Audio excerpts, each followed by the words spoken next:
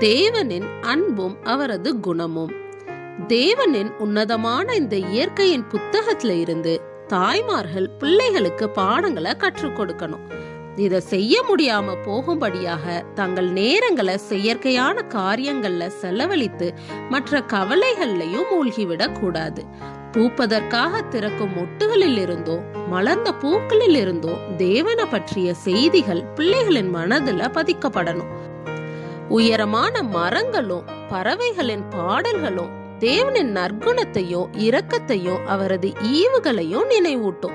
தனித்தன்மையுடைய ஒவ்வொரு இலையும் பூவும் தேவன் அன்பானவர் என்பதை பிள்ளைகளுக்கு சொல்லும்.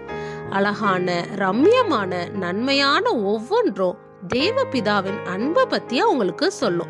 தேவனுடைய படைப்புல அவரது குணத்தை பிள்ளைகள் கண்டு கொள்ளலாம்.